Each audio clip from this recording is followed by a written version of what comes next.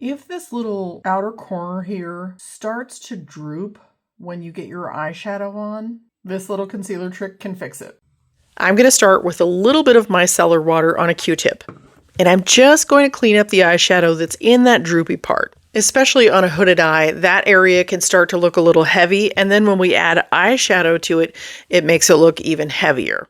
Then I use a tiny amount of concealer. It really doesn't matter what kind of concealer you use as long as it's nice and thin.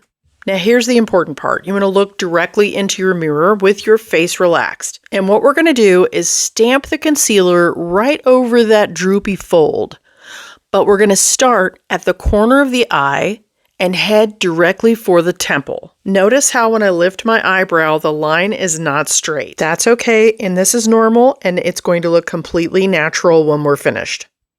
Once the concealer is in place, I'm going to use my clean, dry finger and blend it out.